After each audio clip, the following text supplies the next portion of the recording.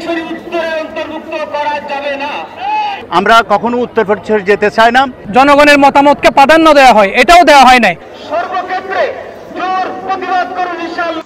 চট্টগ্রামের ফটিকছড়ি উপজেলা সোয়াবিল ইউনিয়ন ও নাজিরহাট পৌরসভার আংশিক অংশরে প্রস্তাবিত ফটিকছড়ি উত্তর উপজেলাত সংযোজন প্রস্তাবের প্রতিবাদে মানববন্ধন কর্মসূচি পালন করছে স্থানীয় হলে।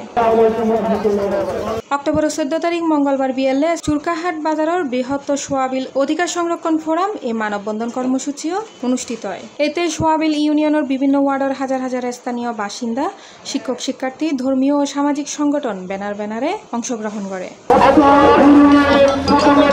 উক্ত মানববন্ধনত বক্তাবলী হয়, মানববন্ধন এবং স্মারকলিপির মাধ্যমে যদি কাজ না হয় আমরা আইনগত ব্যবস্থা করব। তাদের স্বার্থ সিদ্ধির জন্য আমাদেরকে যে প্রস্তাবিত উপজেলা হচ্ছে ওইটার সাথে সংযুক্ত করার ফাইতারা করিতেছে। এই মানববন্ধনটাকে দায়িত্বহীনভাবে বলতে চাই, যদি সরকার মহোদয় আমাদের এই প্রস্তাবনা যদি বাতিল না করে আমরা বৃহত্তর আন্দোলনের কর্মসূচি ডাক দেব।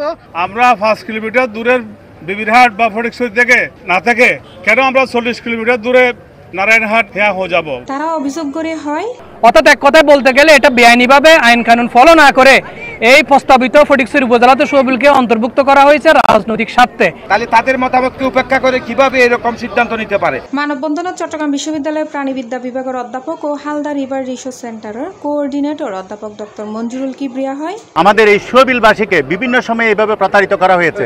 বুসপুর থানার সাথে সম্পৃক্ত করে আগে প্রতারিত করা হয়েছে, পৌরসভা অংশ নিয়ে আমাদেরকে সাথে প্রতারিত করা হয়েছে এবং তৃতীয়বার আমাদেরকে উত্তর ফটিকছড়ির সাথে সোয়াবিলকে সম্পৃক্ত করে আরেকটা প্রতারণা করার চেষ্টা করা হয়েছে। সোয়াবিলুর সাবেক ভারপ্রাপ্ত চেয়ারম্যান SM শফিউল আলমের সভাপতিত্বে ও সংগঠক আমান উল্লাহ সঞ্চালনায় এন্ডে অন্যান্যের মধ্যে বক্তব্য রাখেন নাজিরহাট কলেজের সাবেক অধ্যক্ষ SM Nurul Huda, SM Naimuddin, doctor SM Farid, advocate Ismail, সংগঠক শাহজাহান, গাজী আমানুল্লাহ সহ স্থানীয় গণ্যমান্য ব্যক্তিগণ। আমাদের কি সোয়াবিলকে একটি বিপজ্জনক ভাবে আমাদেরকে টেনে দেওয়া হচ্ছে। যে সিদ্ধান্তটা নেওয়া হয়েছে তা অন্যায়ভাবে নেওয়া হয়েছে, এটা আমরা মানি না, এটা আমরা মানব না এবং এর জন্য আমরা যত ধরনের সব করা দরকার আমরা ইনশাল্লাহ করব। মানববন্ধনত অংশগ্রহণকারী হলে প্রশাসনের উদ্দেশ্যে ভবিষ্যতে কঠোর কর্মসূচির হুঁশিয়ারি দেয়।